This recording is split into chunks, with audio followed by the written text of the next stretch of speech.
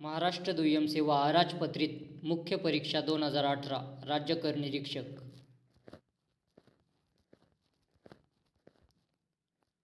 प्रश्न पहिला. आयटक या कामगार संघटनेशी खालीलपैकी कोणता नेता संबंधित नाही? तर उत्तर होतं महात्मा गांधी. दुसरे ऑप्शन होते नामजोशी, लोकमान्य टिळक, लाला लजपत राय. Question number 2. कायमधारा पद्धतीची कोणती दोन प्रमुख वैशिष्ट्ये होती? फक्त अ आणि ब. अ होता सर्व जमीनदार व वसुली अधिकाऱ्यांचे जमीनदारांमध्ये रूपांतर करणे. ब. जमिनीवरचे पूर्वापार चालत आलेले हक्क हिरावून घेणे. तिसरं. कोणत्या कायद्यानुसार भारतातील कामगार संघटनांना कायदेशीर मान्यता मिळू लागली? पहिला. Indian trade union act 1926. Question number 4. भारतीय राष्ट्रीय सभेच्या इसवी सन 1886च्या कलकत्ता अधिवेशनाचे अध्यक्ष कोण होते? Dadabhai Naoroji. 5. Indian national union ही संस्था कोणी व केव्हा स्थापन केली होती? A O Hume, 1884. Question number 6. महाराष्ट्रात सार्वजनिक कल्याणाच्या हेतूने कोणत्या संस्था स्थापित झाल्या होत्या? अ, ब, क. बॉम्बे असोसिएशन, डेक्कन प्रांतस्थ मंडळी, प्रार्थना समाज. फक्त युगांतर समिती हे ऑप्शन नव्हतं. Question number 7. दलितांची परिस्थिती सुधारण्यासाठी या संघाची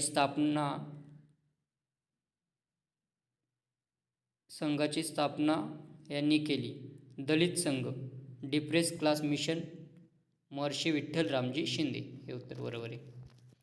क्वेश्चन नंबर 8. भारतात ब्रिटिशांचा रेल्वे उभारणीचा हा हेतू होता? फक्त अ आणि ब. अ होता भारतातील ब्रिटिश साम्राज्यवाद्यांच्या आर्थिक, राजकीय व लष्करी संबंध जपणे. बी. देशांतर्गत मालवाहतूक करणे व माल निर्यात करणे. Question number 9 cancel. क्वेश्चन 10. दिनमित्रची सुरुवात डॅश डॅश यांनी केली? मुकुंदराव पाटील. Question number 11. खालीलपैकी कोणते विधान चुकीचे आहे? 26 ऑक्टोबर 1946 रोजी वेव्हेल यांनी मुस्लिम लीगला अंतरिम सरकारमध्ये आणले. हे चुकीचं होतं. बाकी सगळे बरोबर असतील म्हणजे. बाकी ऑप्शन काय होते? पहिल्या अंतरिम राष्ट्रीय सरकारची घोषणा 24 ऑगस्ट 1946 रोजी झाली होती. 2 ऑक्टोबर 1946 रोजी नेहरूंच्या नेतृत्वाखाली अंतरिम सरकारचा शपथविधी झाला. संविधान सभेच्या 9 डिसेंबर 1946 रोजी भरलेल्या पहिल्या बैठकीला मुस्लिम लीग हजर नव्हती. Question number 12. भारतीय संविधान सभेतील मूलभूत हक्कांच्या उपसमितीचे अध्यक्ष कोण होते? J. B. Kripalani. Question number 13. ब, क, ड. धार्मिक अल्पसंख्याक तसेच भाषिक अल्पसंख्याक दोघांनाही राज्यघटना अनुच्छेद 29 अन्वये संरक्षण लाभले आहे. भाषा जतन करणे यामध्ये भाषेच्या संरक्षणासाठी आंदोलन करणे याचाही समावेश होतो. भाषेचे जतन केले जाईल असे आश्वासन देणे हे लोकप्रतिनिधी कायदा 1951 अनुसार भ्रष्ट आचरण होत नाही. Question number 14. जर संसदेला राज्यसूचीतील बाबींवर केंद्राचा कायदा करावयाचा असेल तर किती राज्यांनी तशी विनंती संसदेला केली पाहिजे? 2 किंवा अधिक राज्य. Question number 15. खालीलपैकी कोणत्या केसेसच्या बद्दल जनहित याचिका दाखल करता येते? यांपैकी कोणतेच नाही असं उत्तर होतं. घरमालक, किरायेदार केसेस, नोकरीविषयक केसेस, मेडिकल कॉलेज व इतर शैक्षणिक संस्थांमध्ये प्रवेश. Question number 16. खालीलपैकी कोणते विधाने बरोबर आहेत? फक्त ब आणि क. हे उत्तर होतं. ब होतं भारतीय राज्यघटनेचे अनुच्छेद 16 हे केवळ भारतीय नागरिकांनाच उपलब्ध आहे. क. भारतीय राज्यघटनेचे अनुच्छेद 21 हे भारतीय नागरिक आणि परकीयांना देखील भारतीय भूमीवर उपलब्ध आहे. Question number 17. राज्याच्या धोरणाच्या मार्गदर्शक तत्वावरील भाष्य आणि भाष्यकार यांची जुळणी करा. मी उत्तर सांगतो. त्यांना निदान शैक्षणिक मूल्य आहे असं कोणी म्हटलंय तर बी. एन. राव. आर्थिक क्षेत्रातील समाजवाद के. एम. पन्नीकर. सामाजिक क्रांतीची ध्येये पुढे नेण्याकडे रोख ग्रॅनविले ऑस्टिन. शासनाला इतर काही गोष्टी ॲलन ग्लेडहिल. Question number 18. खालील विधाने विचारात घ्या. दोन्ही विधाने बरोबर. भारतीय राज्यघटनेने कॅनडाप्रमाणे एकेरी नागरिकत्व पद्धतीचा स्वीकार केला आहे. स्वित्झर्लंडसारख्या इतर संघराज्याने दुहेरी नागरिकत्व पद्धतीचा स्वीकार केला आहे. दोन्हीही विधाने बरोबर. Question number 19. महाराष्ट्र राज्य निवडणूक आयोगाविषयीची कोणती विधाने सत्य आहेत? पहिला, फक्त ब, क आणि ड. ब, आयोगास संविधानिक आधार आहे. क, आयोग स्थानिक स्वराज्य संस्थेच्या निवडणुका घेतो. ड, आयोगाच्या आयुक्ताची नेमणूक राज्यपाल करतात. Question number 20. खालीलपैकी कोणत्या बाबींवर संसदेच्या साध्या बहुमताने घटना दुरुस्ती करणे शक्य होते? अ, क आणि ई. अ, नागरिकत्व. क, मतदारसंघांचे परिसीमन. ई, आदिवासी क्षेत्राचे प्रशासन. Question number 21. 74व्या घटनादुरुस्ती संदर्भात खालील विधाने विचारात घ्या. फक्त ब, वरीलपैकी कोणते विधाने चुकीची आहेत? फक्त ब हे उत्तर दिलं आहे, म्हणजे ब चुकीचं आहे. नगरपालिकेचा कालावधी 5 वर्ष आणि कार्यकाल पूर्तीनंतर 1 वर्षाच्या आत पुन्हा निवडणूक घ्यावी लागते. आणि अ दिलं होतं, ग्रामीण भागाकडून शहरी भागाकडे संक्रमित होणाऱ्या क्षेत्रासाठी नगरपंचायतीची स्थापना करता येते. Question number 22. रोजगार निर्मिती हे आर्थिक नियोजनाचे एक उद्दिष्ट असते. त्याला उच्च प्राथमिकता देण्यात आली नाही. Question number 23. वरीलपैकी कोणती विधाने बरोबर आहेत? फक्त अ आणि ब. अ, भारतीय नियोजन हे सूचक आर्थिक नियोजन आहे. ब, भारतीय नियोजन हे भौतिक नियोजन आहे.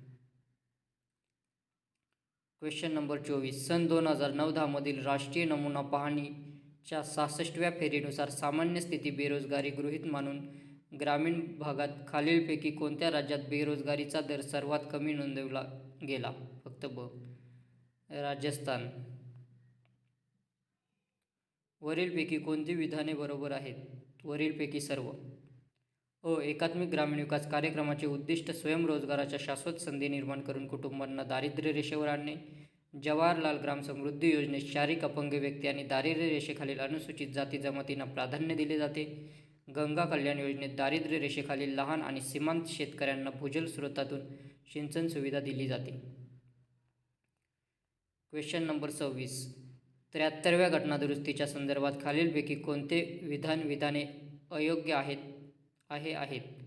अ, ब दोन्ही. अ, भारत सरकारने 1993 मध्ये ग्रामीण विकासाकरता 73व्या घटनादुरुस्तीचा निर्णय घेतला. बी, 73वी घटनादुरुस्तीनुसार पंचायती राज संस्था या कार्यासंदर्भात 19 विषय / घटकांचा समावेश करण्यात आला. कोणती विधाने अयोग्य आहेत? तर दोन्ही. Question number 27. गट अ, गट ब. डायरेक्ट उत्तर सांगतो मी. आजीविका उपक्रम सुरू केला. आजीविका उपक्रम. चौथा, 3 जून 2011. मनरेगा अंतर्गत निवडक 200 सर्वात जास्त मागास तालुक्यात उपक्रमांना सुरुवात 2 फेब्रुवारी 2006. राष्ट्रीय शहरी उपजीविका मिशन सुरुवात केली 23 सप्टेंबर 2013. जवाहरलाल नेहरू राष्ट्रीय शहरी नूतनीकरण मिशनची सुरुवात केली 3 डिसेंबर 2005. 28. पंचवार्षिक योजना तयार करण्यामध्ये या घटक संस्थांचा समावेश होता. दिस क्वेश्चन कॅन्सल. खालील किमान मूलभूत सेवांपैकी कोणत्या सेवांवर 9व्या पंचवार्षिक योजनेअंतर्गत निर्देशित केलेल्या कालबद्ध सामाजिक उद्दिष्टांतर्गत भर दिला होता? अ, ब आणि क. अ, सुरक्षित पेयजल. ब, सर्वंकष आरोग्य सेवा. क, सार्वजनिक वितरण व्यवस्थेचे सुसूत्रीकरण. ग्रामीण भागात शहरी सुविधा पुरवणे प्रतिमानामध्ये सामाजिक जोडणी विचारात घेण्यात आलेली नव्हती. 31. खालीलपैकी कोणते भारताच्या पायाभूत सुविधा विकासाचे वैशिष्ट्य आहेत? अ आणि क, सरकारकडून मोठी गुंतवणूक. क, श्रीमंतांना अनुकूल. Question number 32. भारतीय वाहतूक क्षेत्रासंबंधी खालील विधाने विचारात घ्या. फक्त अ, ब, ड. अ, भारतीय रेल्वेचे जाळे 17 क्षेत्रांमध्ये विभागले आहे. ब, सेतू भारतम कार्यक्रमाची सुरुवात 2017 मध्ये झाली. आणि ड, भारतात 12 प्रमुख बंदरे आहेत. हे 3 बरोबर होती. Question number 33. NHDPचा संबंध उच्च दर्जाचे महामार्ग बांधण्याशी आहे. PMGSYचा संबंध ग्रामीण रस्ते बांधण्याशी आहे. तर PMBGPचा संबंध जेनेरिक औषधांशी आहे.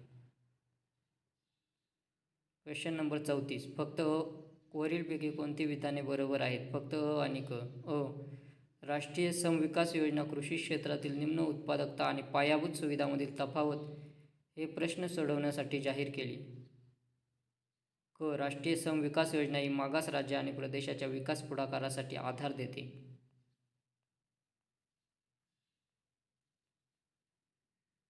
Question number 35. वरीलपैकी कोणती विधाने बरोबर आहेत? जवाहरलाल नेहरू राष्ट्रीय शहरी सुधारणा अभियान 3 डिसेंबर 2005ला सुरू झाले. अभियानाचे उद्दिष्ट शहरातील पायाभूत सेवांच्या एकात्मिक विकासावर भर देणे हे आहे. या उपक्रमांतर्गत पात्र क्षेत्रांमध्ये सार्वजनिक व खाजगी भागीदारीत पार्किंग सुविधा आणि पुरातन वारसा दर्जा मिळालेल्या प्रदेशांचा विकास यांचा समावेश होतो. Question number 36. खालील विधाने विचारात घ्या. वरीलपैकी कोणती विधाने बरोबर आहेत? फक्त आणि क. अखिल भारतीय आकाशवाणीचे बोधवाक्य बहुजन हिताय बहुजन सुखाय आहे. प्रसारणाची भाषा संख्या लक्षात घेऊन जगातील सर्वात मोठ्या प्रसारणातील अखिल भारतीय आकाशवाणी ही एक संस्था आहे. Question number 37. खालील विधाने विचारात घ्या. वरीलपैकी कोणती विधाने बरोबर आहेत? तिन्ही विधाने बरोबर आहेत. राष्ट्रीय जल धोरण 2002 नुसार पर्यावरणविषयक बाबींवर जास्त भर दिला आहे. लाभार्थीच्या सहभागावर या धोरणाअंतर्गत भर देण्यात आला आहे. जलसंसाधनाच्या उपक्रमांमध्ये नियोजन, विकास आणि व्यवस्थापन या सर्वांमध्ये खाजगी क्षेत्राच्या सहभागाला या धोरणाअंतर्गत उत्तेजन दिले आहे.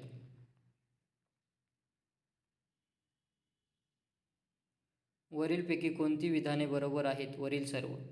1982 मध्ये एक राष्ट्रीय प्रसारक म्हणून दूरदर्शन अस्तित्वात आहे. दूरदर्शनवरील पहिला कार्यक्रम कृषी दर्शन होता. 26 मे 2015 रोजी पंतप्रधान श्री नरेंद्र मोदी यांनी DD किसान हा टेलिव्हिजन चॅनेल सुरू केला. वरीलपैकी कोणती विधाने बरोबर आहेत? तर वरील सर्व. वरीलपैकी कोणती विधाने बरोबर आहेत? तर फक्त आणि क. 2005 मध्ये भारत सरकारने भारत निर्माण नावाचा कालबद्ध कार्यक्रम सुरू केला. 2005-06 ते 08-09 या कालावधीत भारत निर्माण कार्यक्रमाच्या पहिल्या टप्प्याची अंमलबजावणी केली होती. Question number 40. ऊर्जा नियोजन विषयक तज्ज्ञ समित्या आणि त्यांचे स्थापना वर्ष यांच्या योग्य जोड्या जुळवा. तज्ज्ञ समिती. बी. स्थापना वर्ष. भारतीय ऊर्जा सर्वेक्षण समिती 1965. इंधन धोरण समिती 1974. ऊर्जा धोरण विषयक अभ्यास गट 1969. ऊर्जा विषयक सल्लागार मंडळ 1983. Question number 41. वस्तू व सेवा कराची शिफारस पुढीलपैकी कोणत्या समितीने केली? डॉक्टर विजय केलकर. जागतिक व्यापार संघटनेशी पुढीलपैकी कोणते करार संबंधित आहेत? वरीलपैकी सर्व. वस्तू व व्यापार संबंधीचा बहुपक्षीय करार, सेवा व्यापाराचा सर्वसाधारण करार, बौद्धिक संपदा संबंधीचा व्यापार करार, शेतीविषयक सहमती करार. 43. खालीलपैकी कोणती विधाने बरोबर आहेत? ब. दोन्ही. जागतिक व्यापार संघटनेची स्थापना 1 जानेवारी 1995 रोजी करण्यात आली. जागतिक व्यापार संघटनेचे मुख्यालय स्वित्झर्लंडमधील जिनिव्हा येथे आहे. ब. दोन्ही. 44. खालीलपैकी कोणता आंतरराष्ट्रीय व्यापार संघटन करार आहे? ट्रिम्स. 45. नवीन आर्थिक धोरणाचा शेती क्षेत्रावर पुढीलपैकी कोणता प्रतिकूल परिणाम झाला? ब आणि ड. ब. किंमत अस्थिरता. ड. बहुराष्ट्रीय कंपन्यांचा प्रवेश. वस्तू व सेवा कराशी संबंधित घटना दुरुस्ती कोणती? 101वी घटना दुरुस्ती. Question number 47. व्यवहार तोळ्याच्या अदृश्य आयात निर्यातीमध्ये पुढीलपैकी कशाचा समावेश होतो? ब, क आणि ड. ब. वाहतूक. क. विमा. ड. गुंतवणूक उत्पन्न. 49. जागतिक बँकेच्या संदर्भात योग्य विधाने निवडा. फक्त जागतिक बँकेची स्थापना 1944 मध्ये झाली. Question number 50. बहिर्मुख व्यापार धोरण एक व्यापार धोरण असते की ज्यामध्ये व्यापार आणि औद्योगिक धोरण याबाबत. क्वेश्चन नंबर दुसरा आन्सर दिलाय. ऑप्शन नंबर दुसरा हे आन्सर दिलाय. देशी मालाचे उत्पादन आणि विदेशी मालाचे उत्पादन यात भेद केला जाणार. केला जात नाही. Question number 51. खालील विधाने विचारात घ्या. आंतरराष्ट्रीय नाणेनिधी ही संयुक्त राष्ट्राची विशेष संस्था आहे. सध्या आंतरराष्ट्रीय नाणेनिधीचे 200 देश सभासद आहेत. आंतरराष्ट्रीय नाणेनिधी सभासद देशाला तात्पुरत्या व्यवहार तोलातील तोट्यासाठी निधी देते. पर्यायी उत्तरे अ आणि क. 52. Question number 52. पुढीलपैकी कोणत्या स्रोतातून भारतात परकीय भांडवल येते? ऑप्शन नंबर 4 बरोबर आहे वरीलपैकी सर्व. अ. देणग्या. बी. परकीय कर्जे. परकीय गुंतवणूक. Question number 53. भारतीय अर्थव्यवस्थेच्या कोणत्या क्षेत्रामध्ये 2011-12 ते 13-14 या काळात समभागातील थेट विदेशी गुंतवणूक सर्वात अधिक झाली? सेवा क्षेत्र.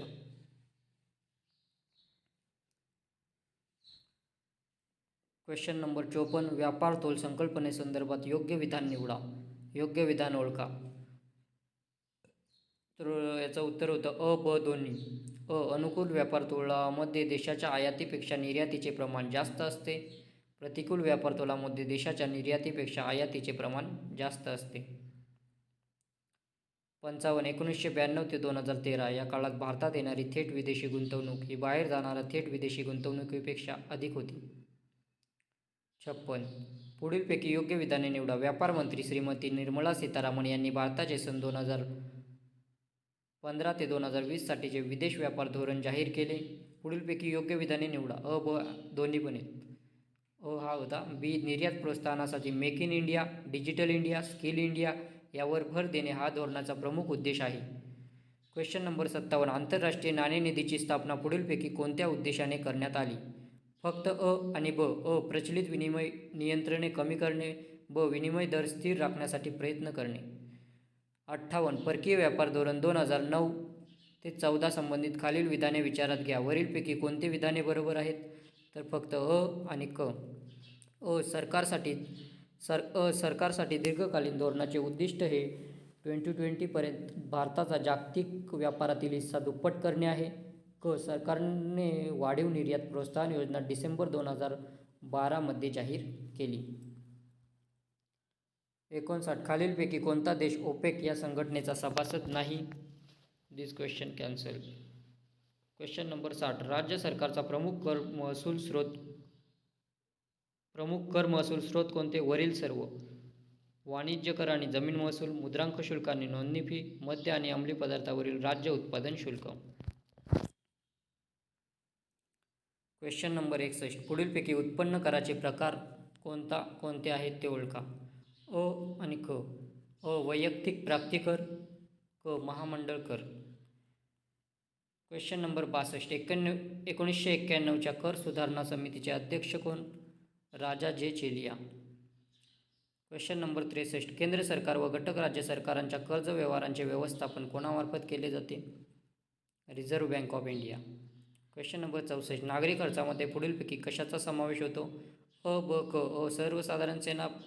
सर्वसाधारण सेवा. ब. सामाजिक व सामूहिक सेवा. क. आर्थिक सेवा. Question number 65. कोणत्या प्रकारची उसनवारी भारतात सार्वजनिक कर्ज मानली जाते?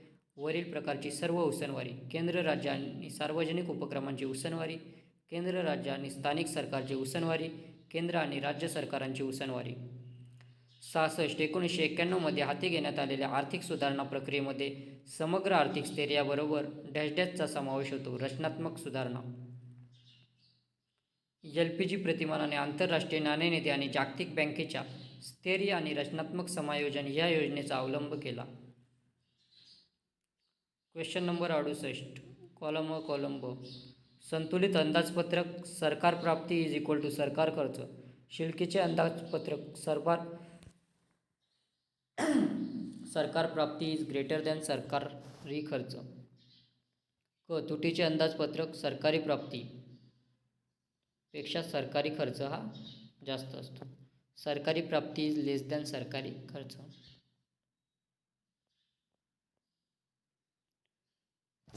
Question number 69. भारतातील उत्पन्न कराचे स्वरूप कसे आहे? पुरोगामी. Question number 70. खालील विधाने विचारात घ्या. वरीलपैकी कोणते विधान बरोबर आहेत? वरील सर्व. मूल्यवर्धित कर ही बहुस्तरीय कर गोळा करणारी पद्धती आहे. अमूल्यवर्धित कर ही एकस्तरीय कर गोळा करणारी पद्धती आहे. मूल्यवर्धित करांच्या अंमलबजावणीमुळे गरीब लोकांच्या राहणीमानात वाढ करणे आणि खरेदी शक्तीत वाढ होईल. 71. खालील विधाने विचारात घ्या. कोणती विधाने असत्य आहेत म्हणजे चुकीची आहेत? फक्त क हे चुकीचं आहे. राज्यघटनेच्या कलम 282 नुसार राज्य सरकारला कोणत्याही खाजगी उद्दिष्टांसाठी केंद्र सरकारकडून अनुदाने दिली जातात. बाकी आणि ब बरोबर आहे. होता राज्यघटनेच्या कलम 280 अंतर्गत वित्त आयोगाची स्थापना केली जाते. राज्यघटनेच्या कलम 275 नुसार राज्यांना मदतीच्या गरजेनुसार अनुदाने दिली जातात. वरीलपैकी कोणती विधाने बरोबर आहेत? फक्त आणि ब. जानेवारी 2004 मध्ये वैज्ञानिक आणि तांत्रिक नियतकालिके, मासिक आणि साप्ताहिके यांच्या मुद्रणातील परकीय प्रत्यक्ष गुंतवणूक 100% पर्यंत करण्यासाठी सरकारने परवानगी दिली. जानेवारी 2004 मध्ये पेट्रोलियम क्षेत्रातील परकीय प्रत्यक्ष गुंतवणूक मर्यादा 100% पर्यंत सरकारने वाढवली. Question number 73. वित्तीय तूट is equal to. Answer option number 4 बरोबर आहे. अंदाजपत्रकीय तूट प्लस सरकारची बाजार कर्जे व देयता. Question number 74. वरीलपैकी कोणती विधाने बरोबर आहेत? राज्यांच्या राजकोषीय व्यवस्थापनात रिझर्व्ह बँक ऑफ इंडिया महत्त्वाची भूमिका पार पाडते. राज्यांच्या बाजार कर्ज उभारणीत मदत करण्याचे महत्त्वाचे कार्य रिझर्व्ह बँक ऑफ इंडिया करते. महसुली कर उत्पन्नामध्ये पुढीलपैकी कशाचा समावेश होत नाही? क आणि ड. गुंतवणुकीवरील व्याज, दंडात्मक उत्पन्न. 76. पुढील सामग्री वापरून रॅनचे विसंकेतन. हे तर मॅथ आहे. 77 मॅथ, 78 मॅथ, 79, 80, 81, 82, 83, 84, 85, 86, 87, 88, 89, 90 पर्यंत मॅथ आहे. 91 पासून. खालीलपैकी कोणत्या जिल्ह्याची सीमा ही तेलंगणा राज्याच्या सीमेशी कमीत कमी लागून आहे? यवतमाळ.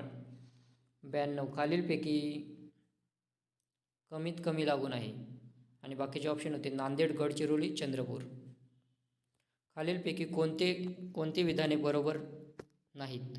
फक्त विधान क बरोबर नाहीत. तर क होतं. अंजन वृक्ष कोकण विभागात मोठ्या प्रमाणात आढळतात. आणि बाकीचे 2 ऑप्शन दिले होते. पुणे आणि अहमदनगर जिल्ह्यात वृक्ष काटेरी वने आढळतात. पाचगणी आणि माथेरान येथे उष्णकटिबंधीय सदाहरित वने आढळतात. Question number 93. जनगणना 2011 प्रमाणे खालीलपैकी कोणत्या जिल्ह्याची लोकसंख्या 20 लाखापेक्षा जास्त आहे? यवतमाळ.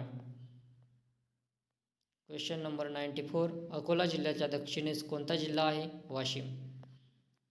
95. खालील शिखरे त्यांच्या उंचीप्रमाणे उतरत्या क्रमाने लावा. क, ब, अ, ड. क. साल्हेर, ब. त्र्यंबकेश्वर, अ. प्रतापगड, ड. सिरसोळा. 96. खालील ठिकाणी पर्जन्याच्या दृष्टीने उतरत्या क्रमाने लावा. क, ब, अ, ड. क. अलिबाग, ब. नागपूर, अ. अमरावती, डी. सोलापूर. 97. खालील जोड्या लावा. जिल्हा, तालुका. सोलापूर, माळशिरस, लातूर, शिरूर, अनंतपाल, जालना, मंठा, बीड, गेवराई. Question number 98. कोल्हापूर आणि कुडाळ यांच्यामध्ये हनुमंते घाट आहे. मानवत, सेलू, पूर्णा आणि डॅश डॅश हे परभणी जिल्ह्यातील तालुके आहेत. सोनपेठ.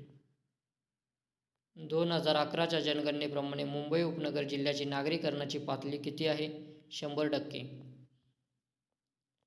अशा प्रकारे महाराष्ट्र